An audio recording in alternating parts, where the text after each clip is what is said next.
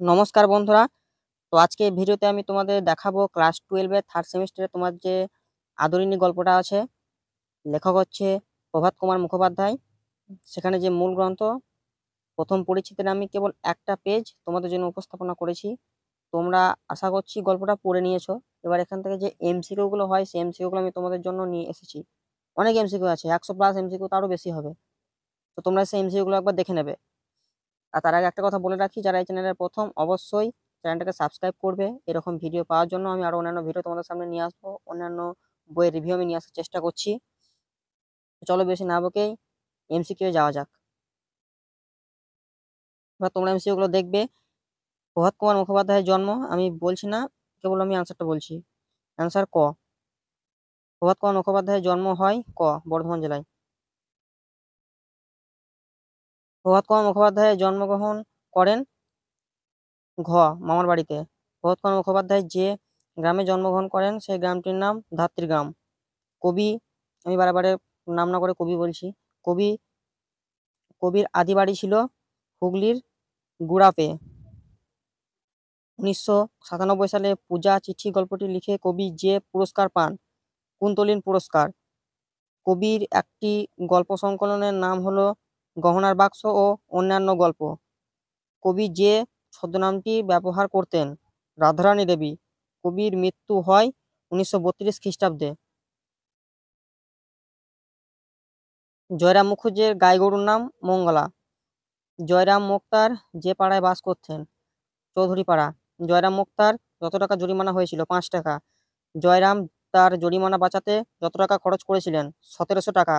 জয়রাম যত টাকার বিনিময়ে হাতি কিনেছিল, 2000 টাকা। বিজ্ঞাপনে আদরিনীর দৈনিক যত টাকা খোয়াকির উল্লেখ ছিল, 1 টাকা। জয়রাম বাবুর বিজ্ঞাপনে নিজের পাড়ার নাম জানিয়েছিলেন চৌধুরী পাড়া।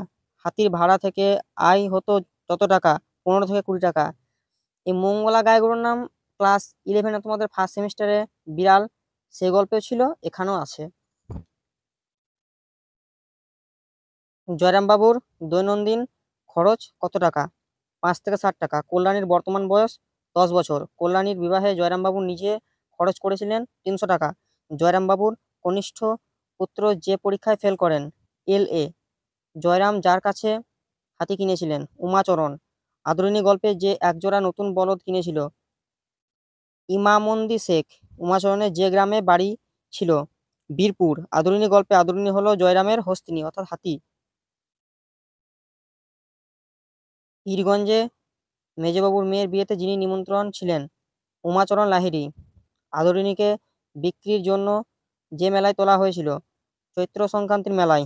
যে তারিখে কল্যাণীর বিবাহ হয়, 10ই জ্যৈষ্ঠ। আদরিনী গল্পে জয়রাম মোক্তারের নাতনির নাম কল্যাণী।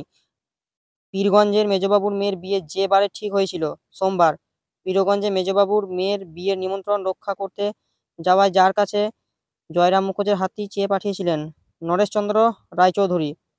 যেখানে জয়রাম মুখুজ্জের আদি নিবাস ছিল, যশোর। কল্যাণীর বিবাহে বরপণ স্থির হয়েছিল 2000 টাকা।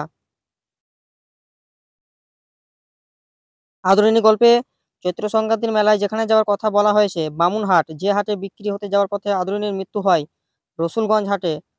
কল্যাণীর ভাবি বর যে কলেজের ছাত্র ছিল, রাজশাহী। আদরিনী গল্পটি যে গল্প গ্রন্থের অন্তর্গত, গল্পাঞ্জলি। আদরিনী গল্পটি যে পত্রিকায় প্রথম প্রকাশিত হয়, সাহিত্য। আদরিনী, একটু ভুল বললাম। জয়রাম মুখোপাধ্যায় যত বছর ধরে পীরগঞ্জের বাবুদের এস্টেটের মোক্তারি করেছেন, 20 বছর। জয়রাম মুখুজ্জের যে বাছুরের নাম ডেপুটির নামকরণ করেন, মঙ্গলা। আদরিনীর মৃত্যুর পর জয়রাম মুখুজ্জে আর যতদিন বেঁচে ছিল, 2 মাস। পাড়ায় নগেন ডাক্তার বিকালে যার সঙ্গে জয়রাম মোক্তারের কাছে এসেছিল, উকিল কুঞ্জবিহারী। নগেন ডাক্তার জয়রাম মোক্তারের যেখান থেকে তারা নিমন্ত্রণ করতে বলে জানালেন, পীরগঞ্জের বাবু। পীরগঞ্জে সোমবার যার মেয়ের বিয়ের কথা বলা হয়েছে, মেজবাবু। যে দুটো দিন না গেলে কাছারি কামাই হয় বলে জয়রামবাবু জানিয়েছেন, সোম থেকে মঙ্গল, সোম মঙ্গল। গরুর গাড়িতে পীরগঞ্জে যেতে গেলে কত সময় লাগে? যেতে 2 দিন, আসতে 2 দিন, তাহলে মোট তোমাদের 4 দিন। মোট হচ্ছে 4 দিন। এবার যেরকম বলবে, যদি বলে যেতে কতদিন, 2 দিন, আসতে কতদিন, 2 দিন। যদি বলে মোট কত দিন, তো হবে 4 দিন। মহারাজ নরেশচন্দ্র তো আমার আজকের মক্কেল নন। কে বলেছিলেন? বক্তাকে? জয়রাম মুক্তার। রাজবাড়ি থেকে যে বাহন এসে জয়রাম বাবুদের নিয়ে যাবে বলে বলেছিলেন জয়রাম মুখোপাধ্যায়। হাতি। যেদিন মুখুজ্জে মহাশয় প্রভাতে আহ্নিক পূজাটা একটু ঘটা করে করলেন রবিবার। আদরিণী গল্পে জুনিয়র উকিল কুঞ্জবিহারী। গল্পে যে গঞ্জের কথা উল্লেখ আছে পীরগঞ্জ। পীরগঞ্জের বাবুদের যে মেয়ের বিয়ে মেজো মেয়ে। পীরগঞ্জ এর বাবুর আসল নাম কোনোটি নয়। এরকম কোশ্চেন থাকবে না, কোনোটি নয় নাকি? জয়রাম মুখোপাধ্যায় চিঠি লিখেছিলেন যে প্রাণীর জন্য? হাতি। পীরগঞ্জে নিমন্ত্রণ রক্ষা করতে হলে জয়রাম বাবু যে দিন কাছারি কামাই হবে। আগে আমরা একটা অ্যান্সারটা করে এলাম। ক খ সোমমঙ্গলবার। জয়রাম মুখুজ্জের বয়স এই গল্পে কত বলা হয়েছে? 50+, 50 পার হয়েছে। জয়রাম মুখুজ্জের মাথায় টাক আছে মাথার সামনের দিকে। জয়রাম বাবু বাসা ভাড়া নিয়েছিলেন মাসিক 13 শিকায়। জয়রাম বাবুর মেজাজটা ছিল রুগ্ন। মঙ্গলা যার নাম ছিল গাইগরু। জয়রাম বাবু তার এরে বাছুরটির নামকরণ করেছিলেন যার নামে? ডেপুটি বাবুর নামে। বীরপুরের উমাচরণ লাহিড়ীর মাদি হাতিটির দাম ছিল 2000 টাকা। আদরিণী নামে হাতির কপালে তেল সিঁদুর দিলেন যিনি? বড় বউ। জয়রাম মুখোপাধ্যায়ের সন্তানের সংখ্যা কয়টি ছিল? 3 জন। জয়রাম মুখুজ্জে যে ছেলে কলকাতায় পড়াশোনা করে, ছোট ছেলে। আদরিণীকে কত টাকায় ভাড়া দেবেন বলে জয়রাম বাবু বিজ্ঞাপন দিলেন? রোজ 3 টাকা। জয়রাম বাবুর বড় নাতিনি কত বছরে পা দিয়েছেন? 12 বছরে। বামুনহাটে মেলা হয় চৈত সংক্রান্তিতে। আদরিণী অত্যন্ত পীড়িত হয়ে পড়েছিলেন বাড়ি থেকে কত দূরে? 7 ক্রোশ। আদরিণী গল্পে পরিচ্ছেদ সংখ্যা কত? 60টি। আদরিণী গল্পে যে ডাক্তারের কথা বলা হয়েছে? নগেন। গল্পের দ্বিতীয় পরিচ্ছেদের সূচনা যে বারে? রবিবার। জয়রামবাবু আহ্নিক শেষ হয় যে সময়? বেলা 9টা। জয়রামবাবু আদি বাড়ি কোথায় ছিলেন? যশোহর, বাংলাদেশে যশোহর।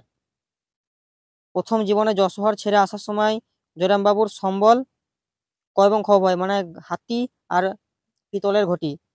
জয়রামবাবুর বৈঠকখানায় পাড়ার লোককে আড্ডা বসত যে দিন? রবিবার। তাই তো সব মাটি। উক্তিটি যার? মানে উক্তিটি কার? নগেন্দ্র নগেন্দ্রবাবুর।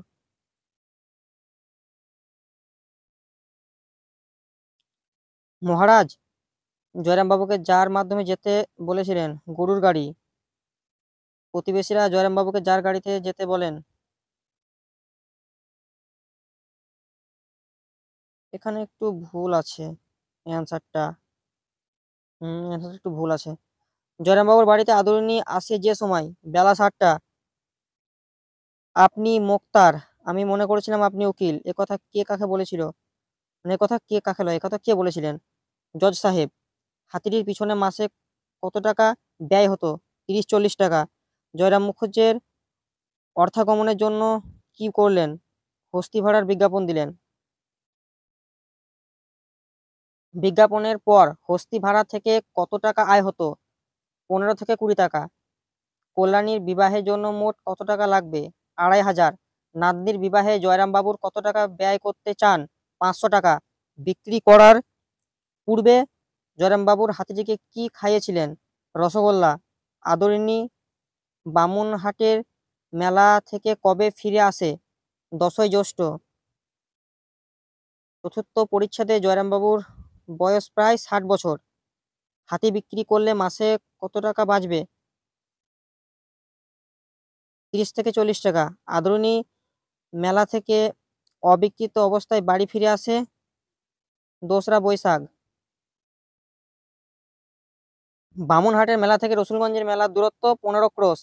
আদরিণী যে স্থানে মারা যায়? আমবাগানে। হাতির প্রার্থনা পাওয়ার জন্য কাকে চিঠি লিখেছিলেন? জমিদারকে। না, একটু ভুল বললাম, অ্যান্সার কয়েকটা। হাতি পাওয়া গেল না, কে বলেছিলেন? পত্রবাহক ভৃত্য। হাতি তোর গোদা পায়ে নাতি। একথা কারা বলেছিলেন? বালক বালিকারা। মোক্তার মহাশয়ের অবস্থার পরিবর্তন হতে কত সময় লেগেছিল? 5 বছর। জয়রামবাবুর হাতি কিনলেন কেন? জমিদার বাবুর মুখের উপর দেবার জন্য। রসুলগঞ্জে মেলাটি কতদিন চলে? সপ্তাহব্যাপী। জানতে পেরেছে ওরা অন্তর্যামী কিনা? কে জানতে পেরেছে? আদরিনী। তুই কি আমার মনের কথা বুঝতে পারিসনি? কে বলেছেন? জয়রামবাবু। তাদের বাড়ি গিয়ে আমি তোকে দেখে আসবো। কাকে দেখে আসার কথা বলা হয়েছে? আদরিনীকে। তো তোমাদের এখানে এমসিকিউটা শেষ করছি। অনেক এমসিকিউ আছে, এখান থেকে তোমরা কমন পাবে। আমি অন্যান্য তোমাদের বই রিভিউগুলো আনার চেষ্টা করছি। অবশ্যই একটা সাবস্ক্রাইব করে দেবে এবং লাইক শেয়ার এগুলো বন্ধুদের সাথে করবে। ভালো থাকবে। ধন্যবাদ বন্ধুরা।